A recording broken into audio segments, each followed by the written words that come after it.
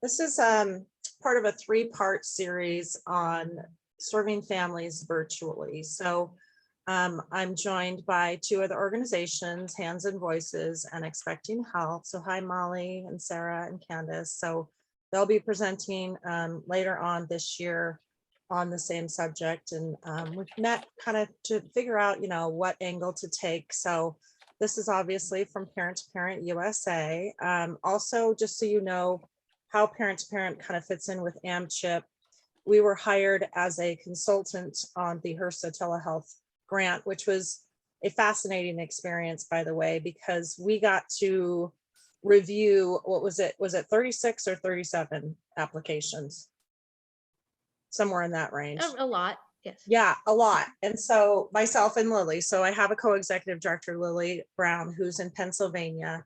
And so we split them up, and it was a process that I thought it was fascinating to be on that side of the fence, to be able to review the application.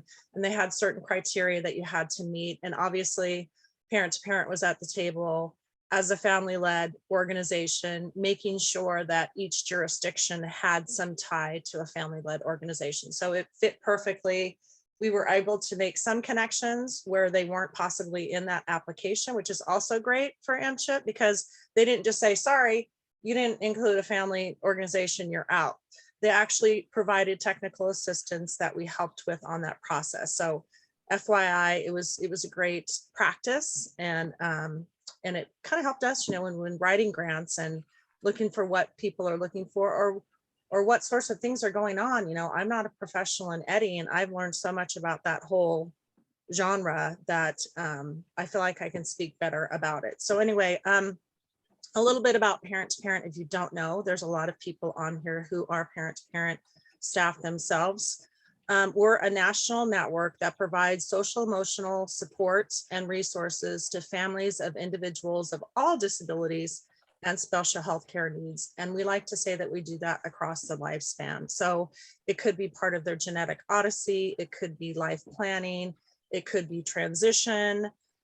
We have evidence-based programs to support these families. And since COVID, I think today, we're talking about serving families virtually, but Parent to Parent has kind of already been doing that.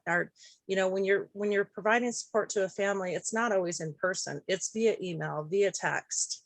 Our trainings look a lot different. Our trainings used to be mostly in person. And so in 2019, when I started with P2P USA, the biggest challenge that I heard, well, not biggest, but one of the most, was that people, I always say it's like, if you build it, will they come?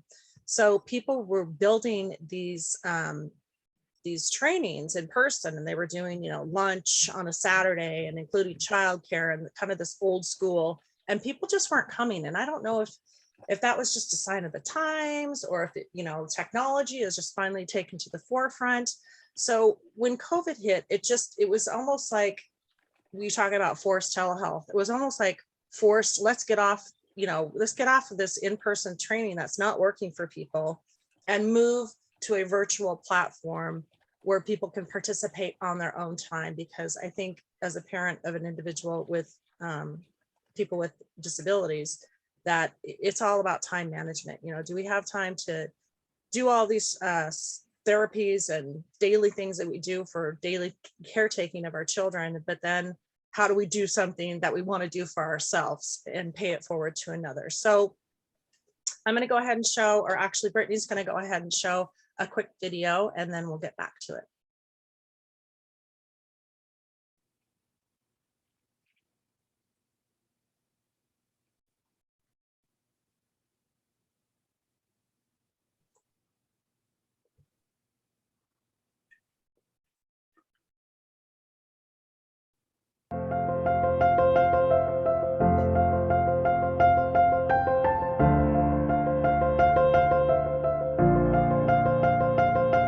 We're all parents at Parent to Parent of USA. I think that's really important because we all have children with special health care needs or disabilities, and we understand the journey. When you're a parent of a child with special needs, you learn that often the people you learn from the most is another parent that's been where you have been. And it just makes the journey so much easier. One of the The greatest things about being part of a national organization is the ability to be able to cross boundaries and support families. What Parent to Parent does is build a community for families who don't have a community. And I think that's just incredibly powerful for families who don't have one. We have over 30,000 families that are matched each year. We have well over 70,000 families getting information and referral in addition to those matched families. We have over 9,000 volunteers. Engagement, partnerships, diversity, and health equity. These are just a few of our initiatives to help meet the needs of our parent-to-parent families. After 40 years of the disability world evolving, the one thing that remains constant is the need for emotional support. And there's so many people out there that don't legitimize parents' emotional needs in raising children with disabilities. All of us in Parent to Parent USA have something in common, and that is a passion for peer support.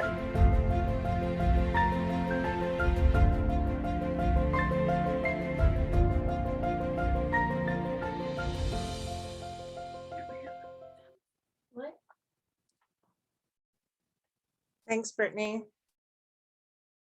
So the next slide would be my picture of my boys.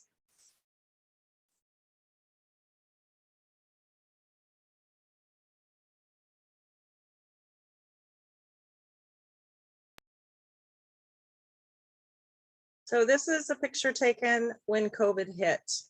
And the one on your left is my youngest, Cole. And he was leaving for university at the time in the middle of a pandemic. And the one on the right is my son, Camden. So they're now 20 and 23, and they're both on the autism spectrum. And that is my voice, and that is why I'm here. If you asked, how are they doing? I'd say one is a 1 and one is a 9. Cole's off at college independently. He's a photo editor for the school newspaper. He's rocking it, doing a great job. He still has autism, it's not going away. And then the one on the right is my son Camden, who is pretty involved and nonverbal. I'm a full-time paid caregiver for him. And so when COVID hit, he was in the middle of his last year of transition, and I was in a new role. So telehealth became a big part of my family. And so being able to, transform into virtual parent trainings and support groups and things has actually been what I'll call a blessing to parent. And, there's other people on this call and we'll talk about that. Maybe you might not think so on the forefront because you're actually doing it and I'm not. So I'm be curious to hear if you feel the same way that I do. So next slide, please. So I know there's not a lot of MCH role, people on this call right now. Sabra and Brittany, obviously you can relate to this and a couple others, but I think that the collaboration with what you do and with what Parent to Parent does is a natural synergy that I think we're both, creating opportunities for improved health outcomes for the families on a large scale. And I just hope that the MCH leaders know about Parent to Parent. That's why I'm here today. That's why I'm telling you what it is, so that you can share with your families and the staff in the hospitals or the clinics something that is a tool for you to give to parents that is free and that is much needed in their journey. My hope, obviously, is that no family is left alone ever. That's kind of one of our taglines, if you will. So if anybody gets to see this recording and can make sure that they make the referral at the end of the day, that would be my wish. So next slide. So this may be new to some of you, maybe not, but we actually have this on our website and it is interactive. So if you hover over a state, so all the states in green have Statewide Alliance members, and those in gray are either, like for instance, I'm working right now with Florida, Nevada, Puerto Rico, not a state, on starting new Alliance memberships, and we just brought on Louisiana. So we are in a growing pattern. We have a lot of trainings for 2022. So I work for P2P USA, and we just provide overarching guidelines, best practices, educational forums, and technical assistance to, there's 37 statewide alliance members. And, you know, at the end of this discussion, I'd love to talk about underserved communities that we aren't currently serving. And I have a plan moving forward, but I definitely need more objectives and goals and, you know, like with Hands and Voices, some cross promotion things that we could do together of places that we're having challenges reaching those families. And we all know if that, you know, it's cultural, is it language barrier, is it broadband issues, is it, you know, gosh, who knows what, relationships with the neuros and the docs. So we'll talk about what we can do better at the end of this discussion. So next slide, please. This is just a kind of a snapshot of year to year. You saw some of this in the video, but basically we've been incorporated for 15 years. We actually started in a grassroots effort about 50 years ago. It says 36 statewide because that was for 2020. We now have Louisiana. Can't see my own screen. I got to move y'all over here. So 14,000 matches in 1 year. So that's a support parent matched with a peer parent. And then 7,850 trained support parents nationwide. Go ahead to the next slide, please, Brittany. This is one of my, this is part of our annual survey. And over here on the left, interestingly enough, obviously autism spectrum disorder is our #1 requested diagnosis match. But number 3, you know, the genetic conditions, and this is why we partner with Expecting Health and Genetic Alliance, and we do some work with the RGNs and some pharma companies that are interested in those conditions and the genetic odyssey. So kind of interesting to see what the top 5 are. Just so you know, matches aren't just made by diagnosis. I like to call it situational matches. So I may call and say, I have a son who's 18 and I really want to meet another parent in a similar age who's been through guardianship or transition healthcare or has a secondary diagnosis like him, started with epilepsy at 18. So I'd ask for a new match. I really want to know if somebody with autism and epilepsy, and you know, how are they managing their meds and how are they managing their life skills. So interestingly, this happens every year. On the right, you'll see kind of at the end of the discussion that we really need to reach out and see why we aren't having such diverse communities as we would like to have. So next slide, please. Actually, yeah. So this is kind of I'd show you what we do at a national level to support our members. You can go on our website and find all of this information. Obviously, we have relationships with Genetic Alliance, like I mentioned, AmChip, the Navigate Newborn Screening through Expecting Health, some supported decision-making, things like that. So you can see our national partnerships. But what we do on a monthly basis, we do coffee talks. And so that's when we invite our neighbors or partners to come and talk about something that is timely or educational to our population. Some of those are open to the public and some are just staff only. We do webinars through our Racial and Social Injustice or supported decision-making. We have a biennial leadership institute, which is, it's only for staff at this point in time, but we've talked about doing a caregiver summit. And then we have what is our national matching platform. So Tiffany, who's in Washington, can't find a match for Cohen syndrome. And she is able to reach out through her Alliance membership to the national organizations and say, hey, Sabra in DC, or anybody else in the country, do you have a person who has Cohen syndrome? And they can make those rare genetic matches across state lines, which is pretty cool and very successful. It is challenging to find those families, but we also make relationships with disease-specific organizations like Mito Action, so that anybody who has a mitochondrial disease knows about parent to parent and vice versa. Anybody who's in parent to parent who has a mitochondrial disease knows that there's a disease specific organization. So we're making more of those cross promotional partnerships and collaborations. So next slide. If you don't know how parent to parent works, it's pretty linear from top to bottom. I'm a referred parent. I just got a diagnosis. I contact local P2P in my state.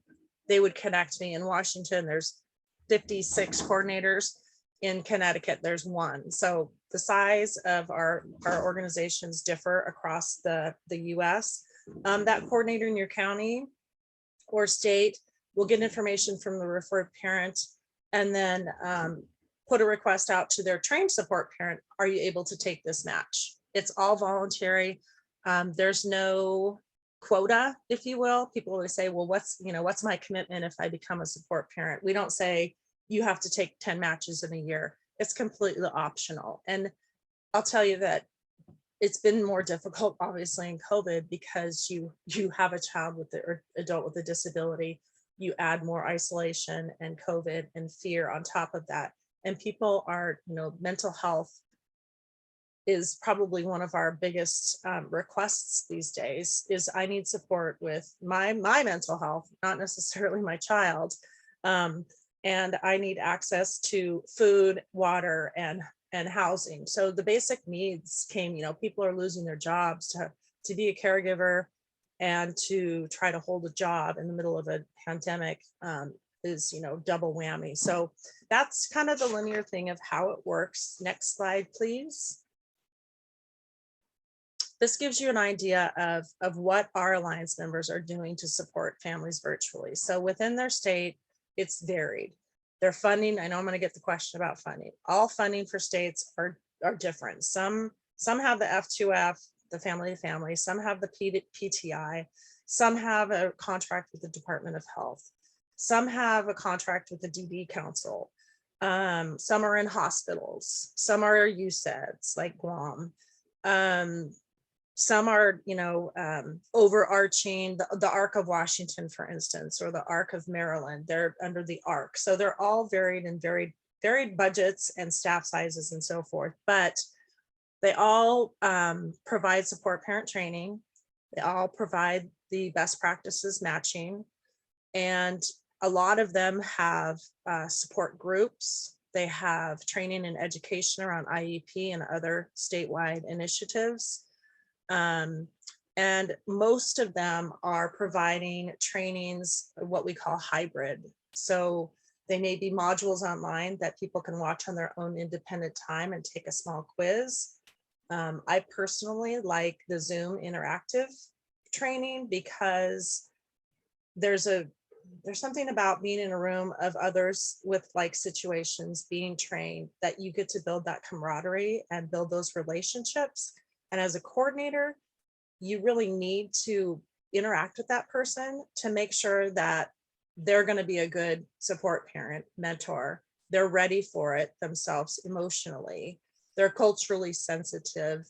They have active listening skills. They have all the things that you need to have in order to provide that high level support to a parent. And you can't do that on a quiz.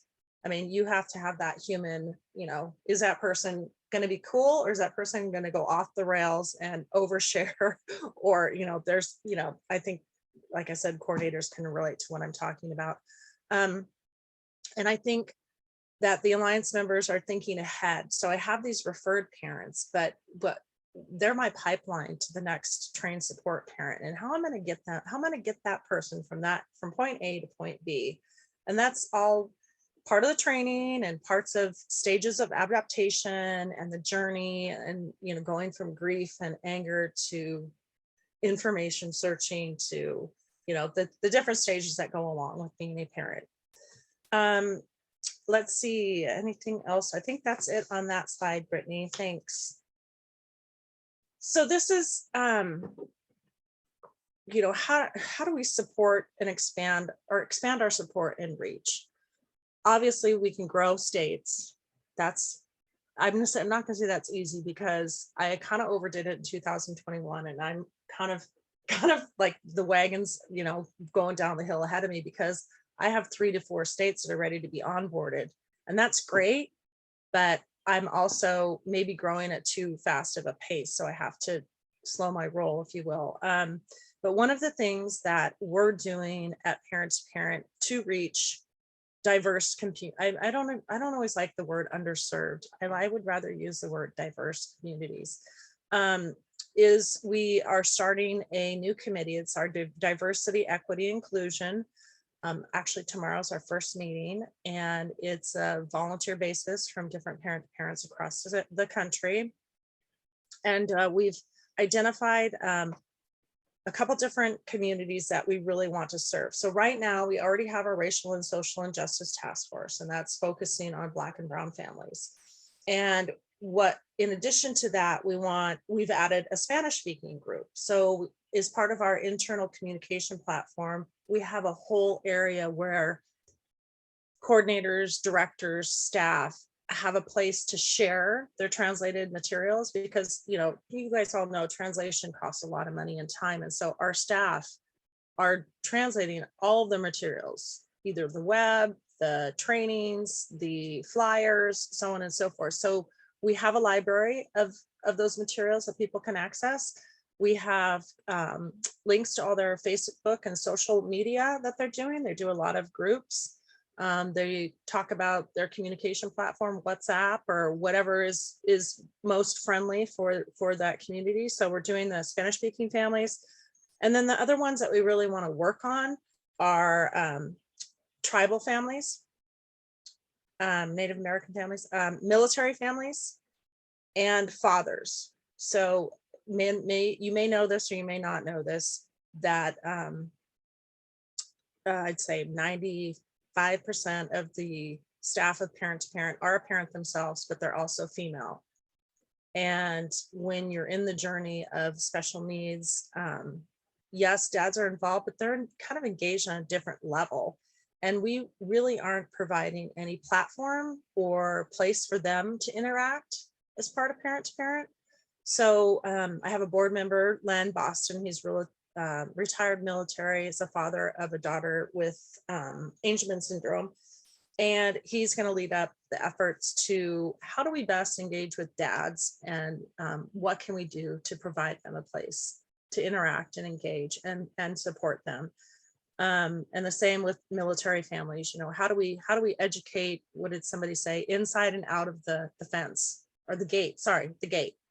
And we, I don't know that we're doing a great job of doing that, but we had a coffee talk recently, and it was a pretty rich conversation. So, and then another key request that came up today is refugee families. So in Georgia, there's a massive influx of Afghanistan families, and they're just like, they're reaching out to other P2Ps. In the spirit of Parent to Parent, we're always asking our sister or our next door neighbor or our state 2 doors down, what are you doing? And why would we reinvent the wheel when you're already doing it? So tell us what you're doing, and we call it brag and steal. Brag about what you're doing, and we're going to go ahead and steal it. So that's one of the subject matters that's come up. So the next, if anybody has the next slide, please, Brittany, if anybody wants to connect. If you go to our website and you hover over the state, it will show you the name of that organization, their contact information. If you have a family that is looking for resources, and maybe they have a specific question, this is member info. That's an email that I manage on a daily basis for national questions. And then at the end is my personal email, the next slide.